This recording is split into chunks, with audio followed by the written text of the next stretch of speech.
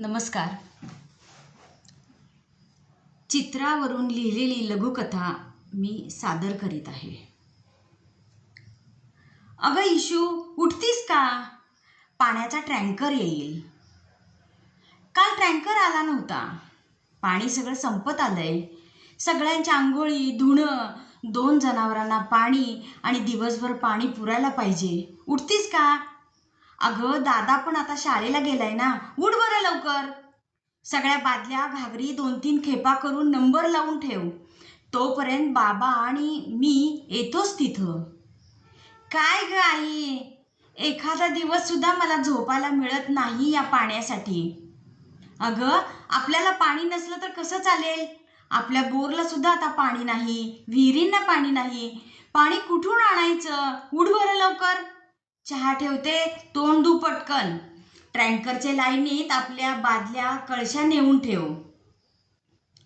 Issue नाराजीनेच आळस देत उठते, तोंड धुते. आईने केलेला चहा पिते आणि चडफडतच बादल्या, कळशा, डिचक्या दोन्ही बारीत लावून ठेवते. एवढ्यात एक बाई इशूच्या अंगावर जोरात ओरडते. अगं, एकटीच इतकी भांडी पाण्यासाठी ठेवलीस तर बाकीच्यांना पाणी कसं मिळणार? काकू, आमच्या घरातलं पाणी संपलंय म्हणून मी आज एवढी भांडी आणली. अगं, तुझ्या घरातलं जसं पाणी संपलंय तसंच आमच्या पण घरातलं संपलंय ना. काल टँकर आला नाही म्हणजे सगळ्यांचंच पाणी संपत आलं असणार. यातली 2 भांडी कमी कर बघू. मी नाही कमी करणार. माझ्या आईने मला ठेवायला सांगितलंय. माझी आई आली की सांगणार आहे मी तिला, तुम्ही असं मला बोललात म्हणून.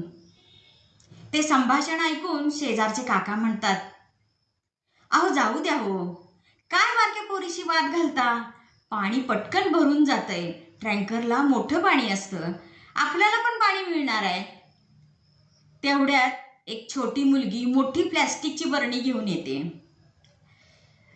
ती पाहून परत ते काकू तिला म्हणतात, अगं काय ग हे?